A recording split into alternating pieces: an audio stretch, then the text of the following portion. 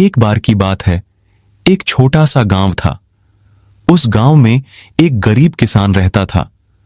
उसके पास बहुत कम जमीन थी, लेकिन वह बहुत मेहनती था।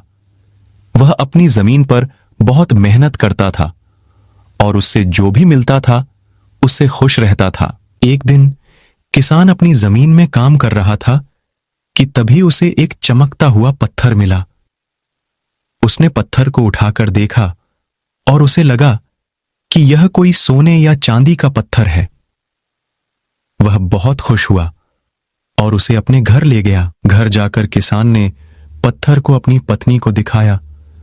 उसकी पत्नी भी बहुत खुश हुई और उसने कहा कि वे इस पत्थर को बेचकर अपने घर की गरीबी दूर कर देंगे।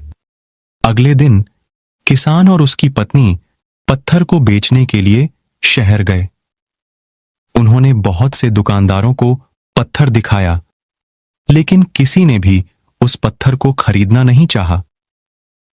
सभी दुकानदारों ने कहा कि यह पत्थर कोई कीमती पत्थर नहीं है, यह सिर्फ एक साधारण पत्थर है। किसान और उसकी पत्नी बहुत निराश हुए। वे वापस अपने घर जा रहे थे कि तभी उन्हें एक बुजुर्ग व्यक्ति मिला। बुजुर्ग व्यक्ति ने उनको देखा और पूछा कि वे इतने निराश क्यों हैं। किसान ने बुजुर्ग व्यक्ति को पत्थर दिखाया और बताया कि वे इस पत्थर को बेचने आए थे, लेकिन किसी ने भी उसे खरीदना नहीं चाहा। बुजुर्ग व्यक्ति ने पत्थर को देखा और कहा कि यह कोई साधारण पत्थर नहीं है, यह एक जादुई पत्थर है। यह पत्थर जो भी इच्छा मांगी जाए उसे पूरा कर देता है। किसान और उसकी पत्नी बहुत खुश हुए। उन्होंने बुजुर्ग व्यक्ति को धन्यवाद दिया और अपने घर जाकर अपनी इच्छा सोचने लगे। उस रात किसान और उसकी पत्नी ने जादुई पत्थर से इच्छा मांगी कि वे अमीर हो जाएं।